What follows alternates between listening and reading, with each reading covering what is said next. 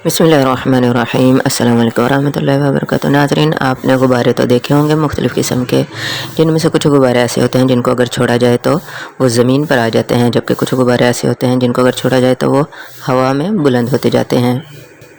क्या आपने कभी सोचा कि ऐसा क्यों होता है? अगर नहीं सोचा तो आइए हम आपको बताने चाह रहे हैं कि ऐसा क्यों होता है। वो गुब्बारे जो छोड़े जाएं तो ज़मीन की तरफ जाते हैं, उन गुब्बारों में अक्सर हम वो हवा भरते हैं जो हमारे सांस के ज़रिए हमारे जिस्म से बाहर निकलती है। वो गुब्बारे जो ज़मीन की तरफ आते हैं उनमें जो हवा भरी जाती है, यानी सांस के ज़रिए या किसी मशीन के ज़रिए, वो हवा हमारे इर्द गिर्द मौजूद हवा से वज़नी होती है, ज़्यादा वज़नी होती है, जिसकी वजह से गुब्बारे नीचे की तरफ जाते हैं। वो गुब्बारे जिनको छोड़ा जाए तो वो ऊपर की तरफ उठते हैं। उन गुब्बारों में आम हवा नहीं भरी जाती, बल्कि एक ख़ास गैस भरी जाती है, और वो गैस आम हवा जो हमारे इर्द गिर्द मौजूद होती है उससे वज़न में हल्की होती है।